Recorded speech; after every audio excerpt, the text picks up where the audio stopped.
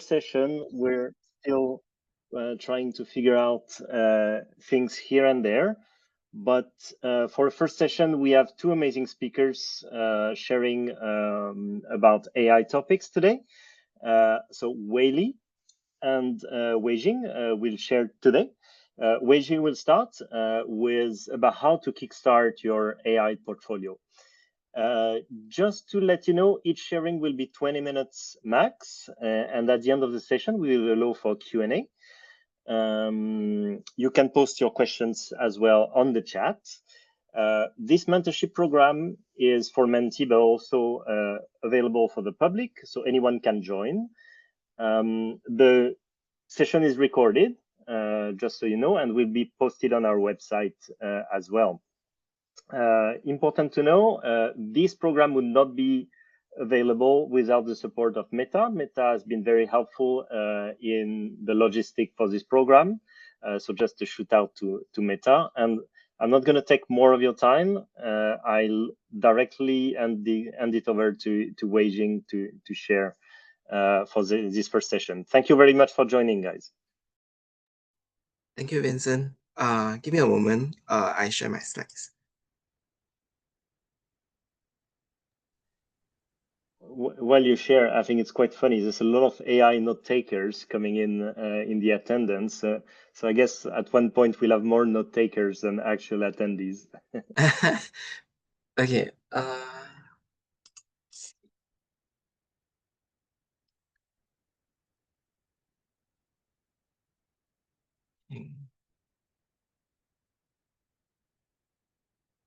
Okay, nice to meet everyone. So this is also a new experience for me. So let me hide this. Okay.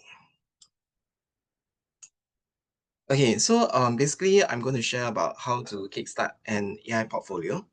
This is more for the newcomers of this field, because usually when we are new to a domain, we are not sure how to showcase our ability. So this is one way to get you started. So a little bit about myself. I was a designer, programmer, researcher, educator, technologist, and technology scout.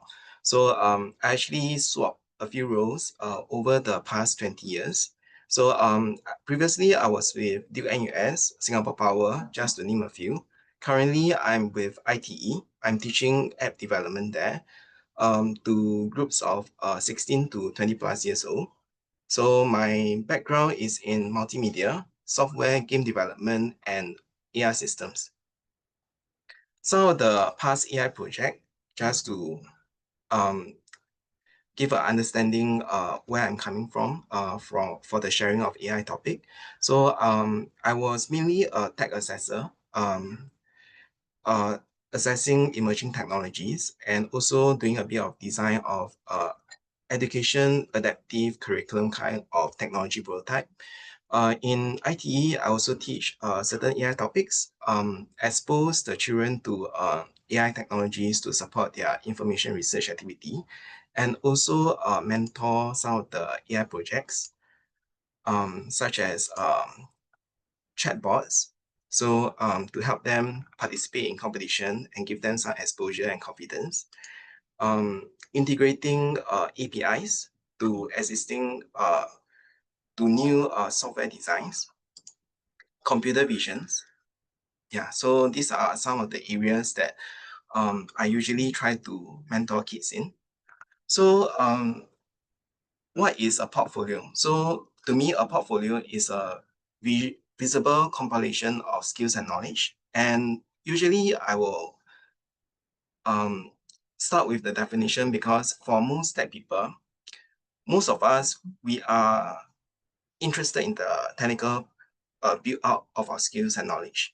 But we may not see the value of why we need to so-called express and showcase our skill sets.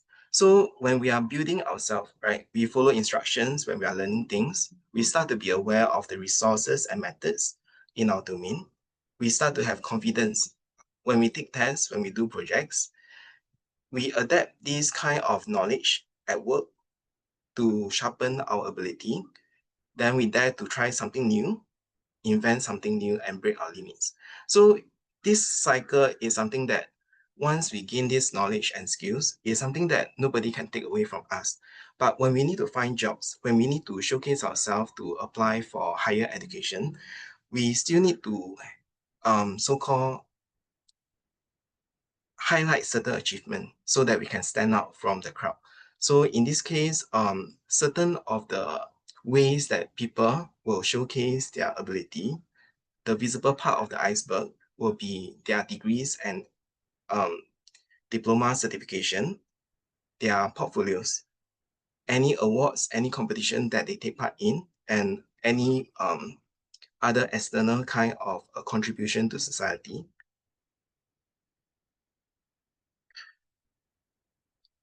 To better understand the field that we are going to create portfolio in, which is AI, right?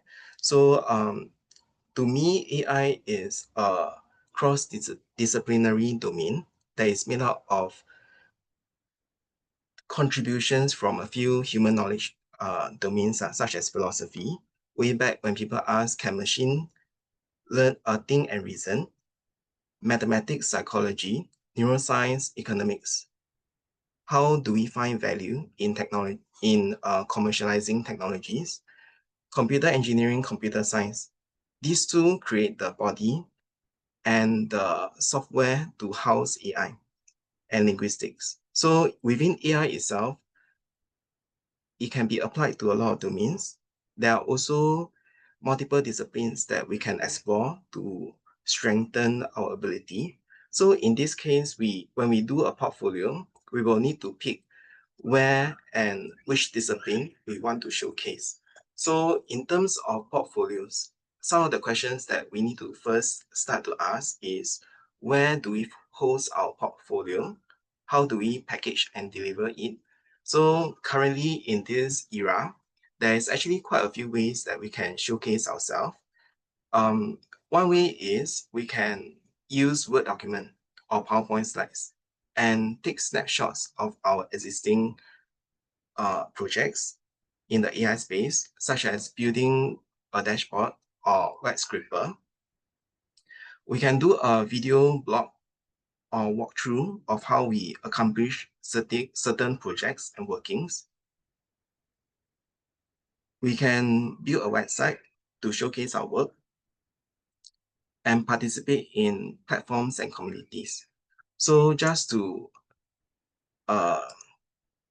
illustrate some examples, so this could be a form of PowerPoint slides that is hosted in Google that you can share out as a portfolio when you apply for higher education or for jobs. So this is the easier way to compile a portfolio if you have a lack of technical skill or have a tight timeline to come up with something to so-called display. So these are some examples. Another way is if you have ability to build your own website, you can get a web hosting and then do a web showcase. You can even tap on a free Google site, right? Free web builders such as Google Sites to build a simple website that you can showcase some of your projects. So this is one of my students' project. So basically, when he was applying to Poly, he used this as one of his showcase. And usually when you study in higher education, some of the teachers will help you build out certain project showcase. I'm giving an example, NUSISS, their data analytics portion, when I was studying there, the teachers will ask us to host our project in WordPress. So this is actually a compilation of the master's data analytics projects. And there is also Kaggle, places like HackerRank, where you can show off your Python and programming abilities. So AI is also linked to computer science and programming. So these are some of the ways that we can showcase whether we have certain skill sets in this area. And learning platforms, badges and achievements such as Microsoft Learn.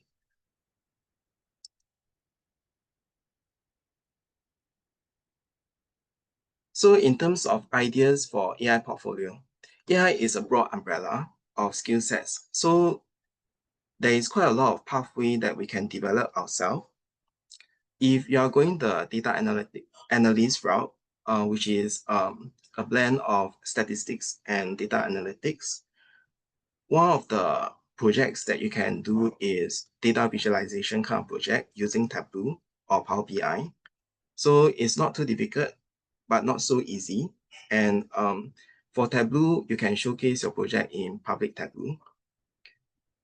You can also prepare a Google Colab notebook to showcase your exploratory data analytics working. You can also participate in community challenges or competitions, and all these achievements can then be compiled inside the portfolio. For AI engineer kind of build, you can explore showcasing computer vision project, preparing a Google Colab notebook to showcase AI code prototype, participate in open category competitions. We have certain repeating competitions that have certain link to AI, such as SAF, MC. I believe they frequently annually have open category to build drones where they need to complete certain visual tasks. And SES Splash, you can also explore the AI application developer pathway, which is a mix of software engineering and AI API integration. So my most recent exploration is figuring out how to so-called build software where I can plug in Google Gemini API and AWS Bedrock for different kind of use cases. So these are some ideas. And in terms of platforms to leverage, if you're a student or you don't have much resource to subscribe and maintain technology tools, you can get started. Maybe if you want to host your project, you can use the free ones such as Google Sites, Weilie, WordPress. You can also use Colab, GitHub to share your code, take part in competitions, build out badges and achievements, start to so-called share content online about how you do certain work as you learn. So actually, you can make it engaging. So gain extra knowledge from certain of the learning platform offered by the technology companies, such as Microsoft Learn, Google, Coursera, Udemy, and explore some of the development tools such as Label Studio and the open source AI models in Hugging Face. So when we are talking about portfolio, I think it's crucial that we also must be aware that not everything is about showcasing technical skills. So if you start to find jobs, especially portfolio can get you can open the door for you. But when you need to close the deal, right, people will start to look at do you have any connections to them because they want to look for someone that they can work with. So in a number of my past jobs, after I passed the technical test, like my most recent job in ITE, so I understand from the one that picked my resume that she chose my resume is because it's not because of my technical skill, but because I did volunteer work in the child's ward of a hospital. So that makes me stand out. So when we are building certain of these portfolio and achievements and to open the door, right, we should also consider that not everything has to be coming from a technical angle. Sometimes volunteer work, even though you are doing volunteering activities out of the goodness of your heart, right? Sometimes it's good to list down also because this is how people can connect with you and decide that, hey, I can hire you for this role. Yeah. So because computer science and AI is a large field, so it is good to have a strategy, maybe year by year, of how to prioritize certain areas to become better. So you can improve and optimize your certain skill sets in your core discipline. and have a strategy to do more, to learn complementary skills area, so to plan ahead of time, and to do new things. So not just study AI and computer science, but explore other things which may link back and help you have more ideas of what to build.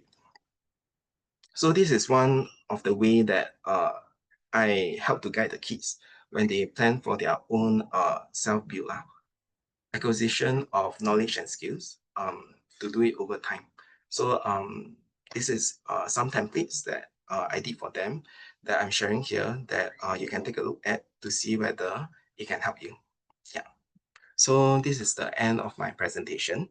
So if you want access to the slides, I also share it here. Thank you very much. Hey, thanks a lot, Jing. Very interesting. And just a little anecdote on my side, but not in AI, in front-end development. One time I actually hired one guy without interviewing him because of his portfolio website. The portfolio website was showing, of course, great skill, but also showing other things, exactly like you say, that it's not only about tech, it's also about the mindset, right? And having attention to detail for front end is very important. In front end, if you have a very beautiful website, you show that you have attention to detail. And you can do the same with AI by showing your knowledge that you have actually replicated research paper, or you've been very, very technical with some niche application of AI. So yeah, thank you very much for the sharing, Jing, and thank you, Vincent. thank you for your time. Thanks. So now, without further ado, let's move to Weilie, who's going to present about moving from social science to AI. Okay, thanks, Vincent, and thanks, Weiting. I think Weiting's presentation is really, really good stuff. So actually, I myself hope that I knew all this stuff even before I started my own journey from as a social science student all the way to my current role now. So maybe I'll share a bit more about what I'm currently doing now, but let me set things up a little bit. Yeah, I think, Vincent, we will be having Q&A only after everything, right? Yes, but if you want to open it during your speech, let's do it. Okay, sure. Yeah, then maybe let me share mine first. Okay, so all right, can you all see the slides? Yes. Okay, please move this window away from the shared application. Sorry, just still trying to okay, yeah. So okay, yeah, so I mentioned that I'll be sharing a little bit more about my journey, pivoting from a social science background. So I was a sociology, political science major, and today I'm working in a ministry. I'm actually in the Ministry of Social and Family Development, and what I've been quite fortunate to do is to be able to marry my background in social sciences and areas like social assistance with the tech skills that I've picked up along the way. And actually, some of these things that Weiting shared just now, I can 100% testify to them, because these are the things I had to pick up the sort of in the hard way, right? So maybe I'll just go on first. Yeah, so all right, a quick run through of how I found myself here. So I was actually from NUS Sociology, and I graduated in 2014, right? So a sociology major back then, this was before the days of AI and before the days of like ChatGPT and all that, right? I think the last career that I thought I would find myself in is something related to tech. I knew I wanted to do something to do with like public assistance, public policy, and that's how I sort of started my job search. And then I went to the Ministry of Trade and Industry. So I've been a civil servant all the way from my graduation until now. So it is kind of like public funds allocation and spending of basically resources in research areas and things like that, which my first job had me look after, right? But I think what's actually life-changing for me is that I think the third year of my time in NTI, my boss said, "Hey, actually, why don't you go and try this General Assembly Data Science course," right? So the idea was that back then, machine learning in its most primitive form was still sort of ballooning, and then in order to assess and understand what kind of initiatives we are funding in our public research agencies, my boss said, okay, so why not you go take a course and go learn something about it. So yeah, I went to General Assembly and then I took a data science immersive course. But back then, communities were also springing up, basically meetups where we hung out, and then people will code together and help each other along and stuff like that. Yeah, so I think the social part which Weilie mentioned earlier is actually also a very important part of growth, which I'll share a bit more later. After that, I spotted an opening in MOM's Innovation Lab. I joined as a UX researcher first, not so much as a data science person. And then I managed to put both my technical and also human data science skills and also my like empathy and ethnographic research soft skills, that side of the house, in a sort of common package in order to sort of convince my hirer, and somehow I managed to clinch this job. And yeah, so that's how I sort of pivoted. After that, the data science team was actually parked in the same division, and then yeah, I just volunteered myself for data science projects, and I sort of got the opportunities to learn a bit more and to find out the nexus between design as well as technology. I decided to top up my skills by taking on something a bit more formal. So I signed up for really cheap full-time. Actually, it's a specialist diploma at Singapore Poly, and then I paid nearly nothing because there was SkillsFuture credits, and then I took a second diploma because this was the part where I learned how to productionize something. Like I built a model, but I didn't know how to build a website to deliver it yet. So this was the part of my knowledge I realized I had to cover. And then after that, COVID struck. Somehow they redeployed me to a task force, and I realized, hey, a lot of things can be automated. So I built the script for that. And COVID also saw the need for Schemes.SG, or rather a platform where people can look for assistance, where they can find out what kind of help is available. So yeah, I built with a bunch of volunteers from Better.SG also this product called Schemes.SG, which sort of met the need at that time, and did this as a side project. And then because my bosses saw that I built this thing, and then they asked, do you want to move full-time to the data unit, which I did. And then because of that, MSF was also building an innovation lab, and then they asked, oh, would you like to come here and help make Gen AI prototypes and data science or data solutions or prototypes for social workers to use. So as you can tell, one thing kind of led to the other, and I think that's how it goes in career and life, right? So yeah, that's sort of my experience. So I just wanted to share how I moved from a relatively unrelated field to something that I kind of enjoy today, because I got the opportunity to apply technology to these areas of interest. So over time, I think Weilie mentioned a portfolio is quite important. I had the opportunity to build things that I wanted to build. Some of these are sort of assignments from the Polytechnic that I repurposed to meet my own needs. Some of it is there were public assets which I just took and then took matters in my own hands and started building things. So yeah, that's sort of how I found myself along the way. So my role bears some relevance to what I studied, but I also took some engineering to actually get here, because in a job market that's actually quite rigid, and also the spaces are not very ample nowadays. It actually takes some intentionality to move where you want to move. And I think Weilie said it actually takes it could even take a multi-year kind of effort, and he is totally right about that. So you need to marry your original intent and your skill set or your edge to the prevailing technologies of the day. And this is a mixture of, number one, finding opportunities at your current station, whether you're a student or you are working maybe in another field or in a non-tech field.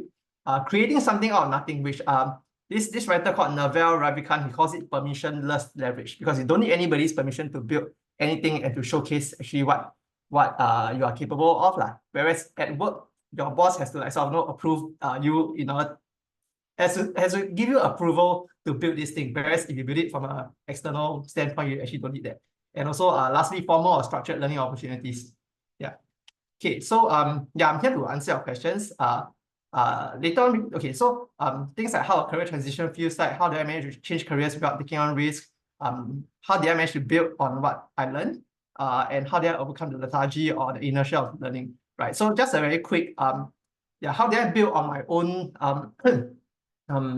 sort of domain area? So as sociology major, I was quite interested in social inequality and public assistance and things like that. So back then, there were not many opportunities, but I think Weilie mentioned just now there's something called Kaggle, right? So Kaggle is a place where they host public data sets and you use them to like sort of create models to predict things. And there was one competition like that. So it was using machine learning to predict households that were eligible for public assistance. So actually this coincided with my General Assembly data science immersive, and then I just jumped on it and decided to do this project. And then I just wrote down some of my own thoughts about the ethics behind this. Like, is it ethical to predict someone's eligibility for assistance, and what are the implications of this? And then I sort of had that in a personal folio. So yeah, that personal folio actually became something that I managed to use in my conversations and my interviews at work also. So this is when my background, social science, often seen as being very far away, actually became an asset instead of a distraction. And I also encourage you all to think about how if you are in vertical areas that seem quite far away, actually it can be more of an asset rather than a liability. Yeah, so I positioned it as an ability to think beyond like the effectiveness of the algorithm, and then my ability as a social science person to bring in considerations about fairness and bias reduction. So yeah, AI ML is moving in polarities. In the past, maybe like 6-7 years ago, people are very excited about what you can do.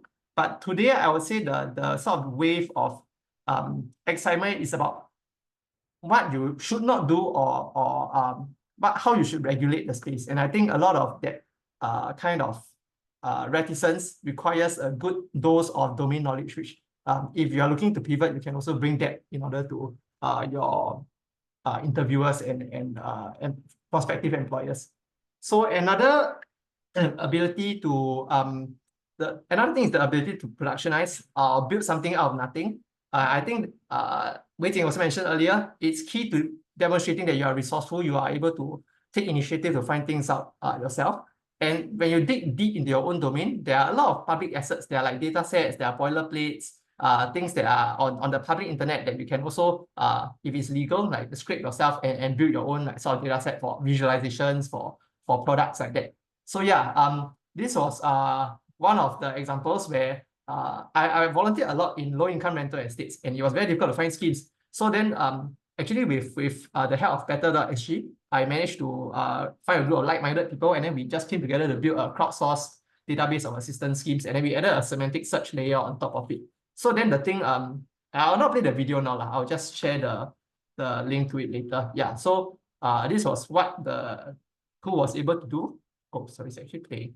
Yeah, and then like somehow it sort of blew up and went viral because a lot of people were using it. So we sort of gained traction unintentionally with social workers, government agencies, and social sector organizations. And then like, because like it gained so much traction, we had to be responsible for it and actually give people quality output and product, right? So that's how we got sucked like deeper and deeper into this rabbit hole, and we sort of enjoyed this rabbit hole in the process. Yeah, so again, permissionless leverage, don't need to wait for anyone or like your boss or anybody to say they can do certain things. If there are resources out there that you can leverage yourself, yeah, that's the best and the most golden opportunity to take advantage of it and to do something or solve an existing problem. So yeah, just a short plug for Eugene, who is my friend who's running Schemes.SG now. So actually, this is actually a project where they're also looking for data analysts. So if you're interested, yeah, you can let myself or Vincent know about this. Yeah. So the last is also, yeah, so I promised I did not coordinate with Weilie when we were actually doing our slides, because yeah, it sounds very similar, but I totally resonated with him on this. And I was like, wow, okay, this is quite coincidental, right? So to successfully pivot, I would say not just social science, but from anything else to tech. It's about showing the non-tech softer aspects of things, right? But for social science, it's especially relevant because you need to understand the human experiences. And you need to understand that you can demonstrate that you can understand the non-tech parts of the work. And projects like this did help with my transition to a more technical role. So an external project on helping users with physical disabilities navigate a Grab ride-hailing app. And also there was one project where we went down to find out how elderly, low-income households navigate food ration initiatives and what we can do to make it better. Yeah, and that's something that AI cannot take away from you, right? So yeah, something that. Okay, so the last piece, like some key lessons I've learned from my own pivot. The first is to remember that a pivot is not always about escaping from something you are in, but it's about building on top of what you already have. Because you bring to the table a lot of unique skills and experiences, and the tech part is actually just the icing on top of the cake, right? I think your life experiences are more than just, oh, I want to move to a more lucrative sector. I want to move away from this sunset sector. I think you bring a lot of valuable experiences and don't discount yourself for that. Yeah. So if you hold the mindset that, oh, my background is a burden, I know I don't want to be in this anymore, then your pivot won't make you happier anyway, right? So I think that's an important sort of mindset to hold. The second last slide, for structured learning, I always believe that there's this trilemma of good, cheap, and fast, and you need to select courses or like structured courses, I'll say, that actually fit your station in life, right? So if like back then when I was pivoting, I was very young. I didn't have any like liabilities, like no kids or anything. So I could go for courses that were good and cheap, but I didn't need them to be fast. Like I can curate things myself to make sure that there is quality. And then I can take like maybe 3 months instead of like paying like a bootcamp for like yeah, like 1 month, something like that. I think when you are slightly more when you're slightly better endowed with resources, maybe you're a bit more established, you can take something that is good and fast, very, very structured, highly rigorous, but of course it will come at a more expensive price. And maybe when you're more senior in your career, you don't actually need to know the very deep workings of, let's say, a certain technology, something that is cheap but fast, maybe a 3-day course at like a local university or a polytechnic to bring you up to speed on what this thing does is actually good enough already. So I think there are trade-offs, and as long as you know what you are willing to compromise, then you can create a very good and useful learning portfolio. Yeah, so that you don't have to hit all sides of the triangle. And then the last slide I have is to stay the course. So actually, when you are creating your own portfolio of projects, the best habits which stick are those that define your identity, right? So like Schemes.SG, it's very easy to give up, but because it blew up already, and then like people were asking, oh, when's the next rollout? What schemes are going to be added in? And then it sort of became our identity, and we had to stick to it. So even if we wanted to quit, like we had that external accountability to hold us in. So build assets that give you like programming dividends. For instance, you can share your stuff online, and then like when it's social and there's social validation, people like it, people use it, you actually feel pretty good and you want to continue building again, and then it creates that reinforcement cycle. So it's small things like that, structuring your environment rather than like coming back home after a very tiring day, then you realize, I need to still go for my class. I still need to do this assignment, because that's just fighting against your own natural instincts. So yeah, create something that helps you to go with your natural instincts instead. Yeah, so I think that's it. Yeah, that's it. Feel free to ask me anything. Hey, thank you so much, Weilie. Very inspiring sharing.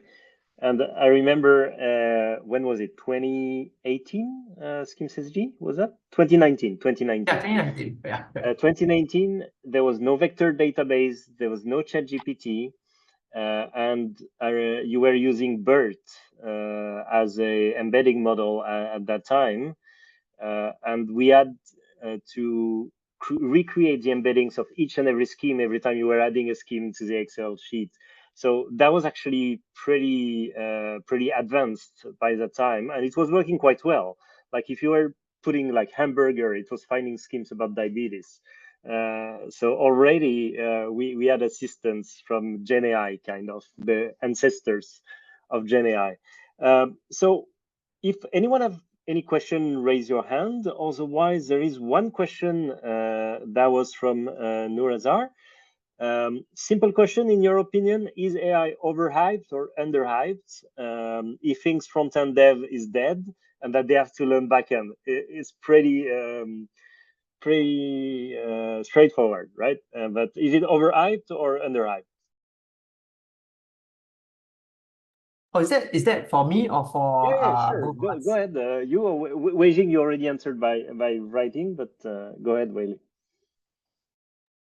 Okay, yeah. Actually, I realized Azhar, you are my mentee, right? As in, I realized you are the mentee that was assigned to me. Which, yeah, I think I'll follow up with you separately. But I think for whether AI is overhyped or underhyped, well, that's a tough one.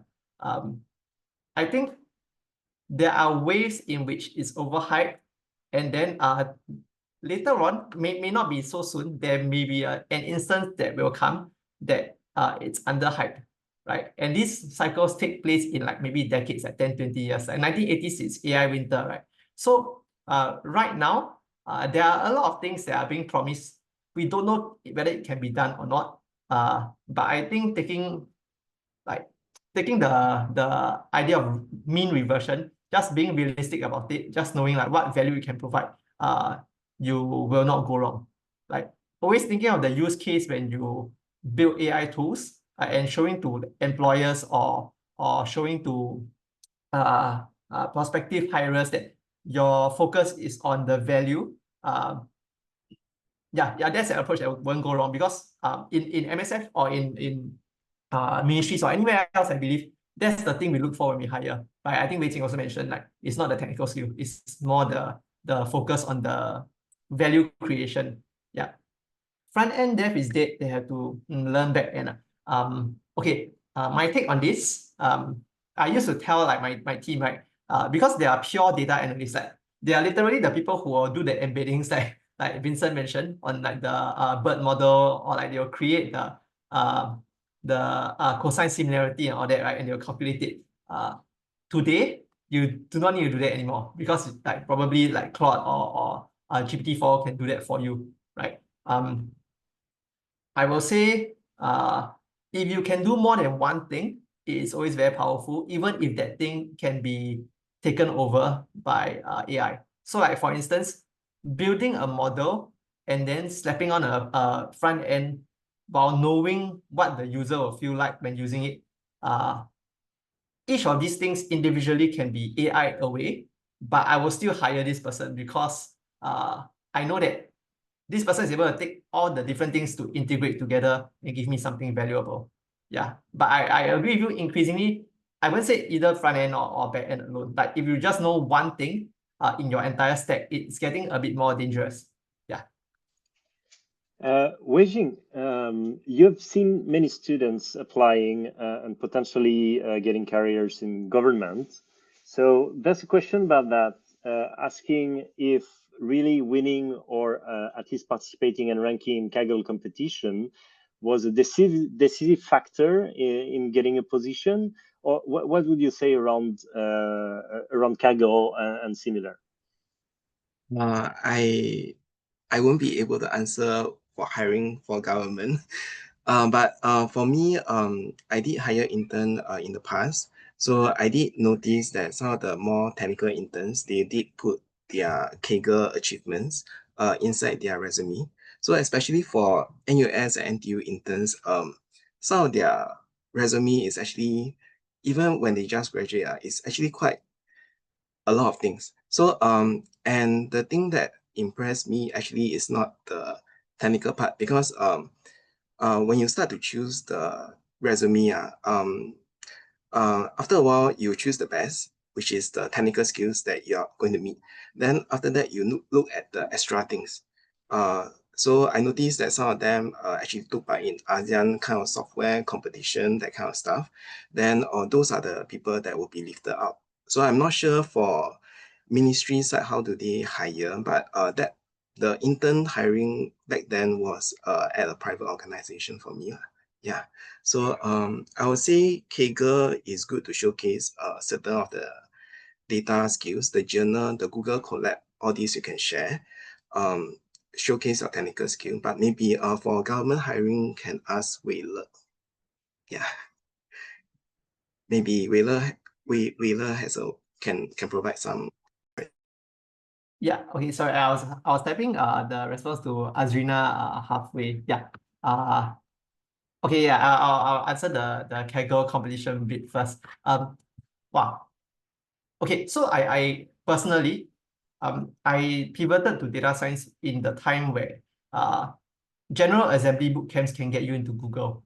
Like no joke, like in 2017, if you took on a data science immersive with GA, right? I have classmates that went to Google to be like data analysts. Then you'll see that increasingly there is some inflation there. Like in 2019, which is 2 years later, I was in batch 3. Then there were people who were in batch 5. And then they were saying like I applied, but I cannot get into Google. I can only get into like DBS or Grab. So then you're like, oh, okay, like you mean okay, first I was like quite surprised because being in public sector, maybe okay lah, like from the well, right? But okay, the tiering of companies I never knew that existed, but the people were saying that okay, you cannot get into like the top the FANG companies anymore. And then after that, from okay, local companies that are like local big tech firms, then it became more of like, oh, I want to take a DSI immersive bootcamp to just switch into data science. I'm okay with like any type of company, government, or then or SMEs or something like that. So yeah, it has the inflation of credentials has been quite scary. And I think honestly, if I ask myself today with my credentials in 2017, can I get anywhere? I hand to heart, definitely cannot. Yeah. So I think Kaggle competitions alone cannot, but if you portfolio it together with other things, and this has to be quite substantive and you must show value, then yes, there is a possibility that you can do that. And also I would say a lot of times the clincher is in like, let's say the functional tests that at least I don't know for private sector companies, but in the ministries when they give you that, there are actually things that they look out for. My team actually hired a guy where he didn't have a very strong tech background, and there were others using very advanced like custom algorithms like DB scan and all that. But then this guy, he had 10,000 data points and he hand labeled all of them. Then we're like, hey bro, what are you doing? So like why do you hand label? So he said, so it was more the attitude and the softer side of things that also impressed us, right? So he said, I have you give me like 3 days for this test. I felt that I didn't understand the algorithms deeply enough, but I know that 3 days in the grand assessment of things is enough for me to hand label everything. So I did that. So that really impressed us, and that kind of like tenacity. I think there are some things that are still human that we look out for. Yeah. Okay, we're starting to run short of time, so we'll take one last question, and I'm going to ask you both to answer pretty shortly, 30 seconds each. It's about product ownership and management. Most of the focus on building product and services, of course. But how can they start leveraging AI ML as a beginner in their product strategy? What advice would you give them on that? 30 seconds each. Jing, you start? Okay, maybe I can share a bit about my understanding when I was a tech scout. So when I was helping companies link up with each other, tech owners to tech seekers, usually they are exploring how to enter new market. So they are trying to co-develop a prototype to do a proof of concept and proof of value. So as a product owner and manager, I think it also depends your plan. If you are trying out as a beginner, you may not want to create something new. You may want to integrate. So you can explore the current existing APIs, because AI is the technology, especially for computer vision and natural language processing. It is advancing faster than people can create new things. So if you try to explore creating new things in this area, you may not be fast enough. So if you want to build, let's say, a chatbot, rather than hire someone, then do a prototype for 60, 80K, right? Maybe you can just explore the Google Gemini ChatGPT, just to see how you can customize it to build some agentic flow, that kind of stuff. So 30 it depends. seconds, 30 seconds. Yeah. Okay, so I'll conclude here. It depends for beginner, use existing technology to explore and integrate. Yeah, so that's my advice. Thank you. Weilie? Hold on, I'm just gonna finish typing to Azrina because I was typing halfway. Okay, just give me 3 seconds.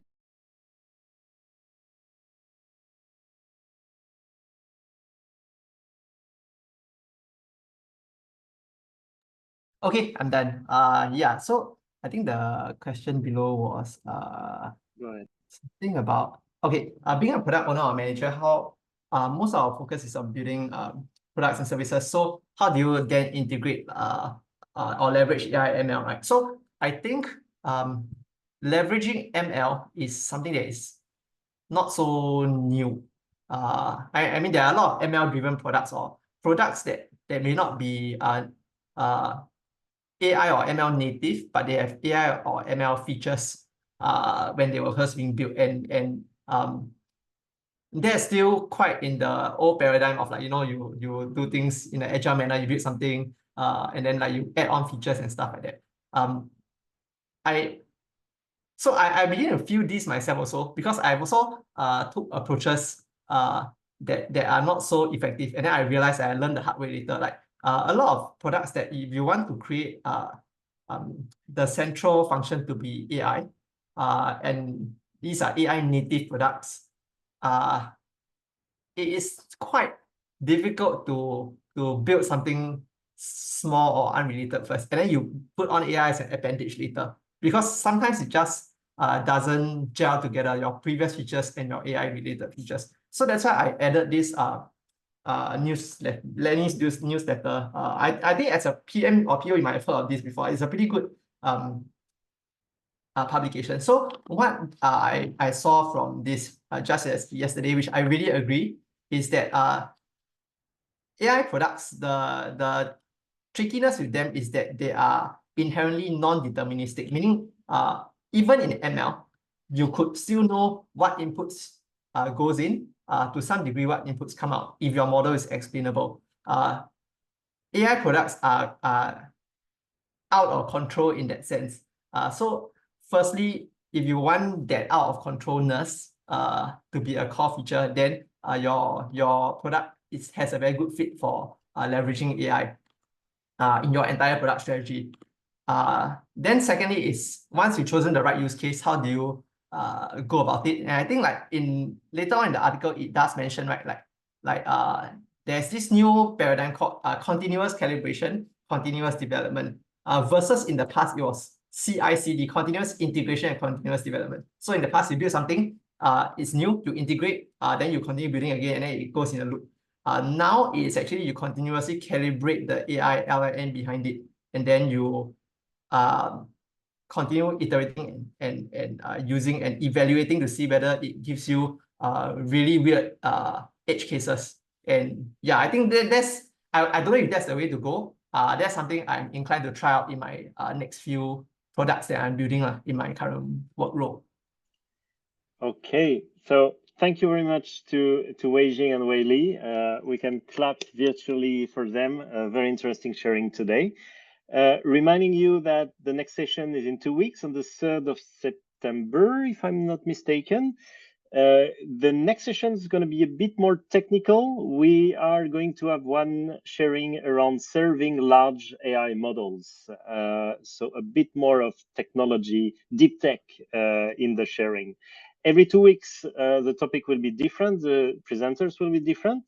And as part of your mentorship journey, you are required to attend 3 of these sessions to learn more about different speaker and different ways of life. I think the topic today was perfect for an introduction. So again, thank you, Weilie and Jing. And we're looking forward to see everyone again in 2 weeks. Feel free to send us email if you have feedback or any question about the program. Thank you so much, everyone, and have a great evening.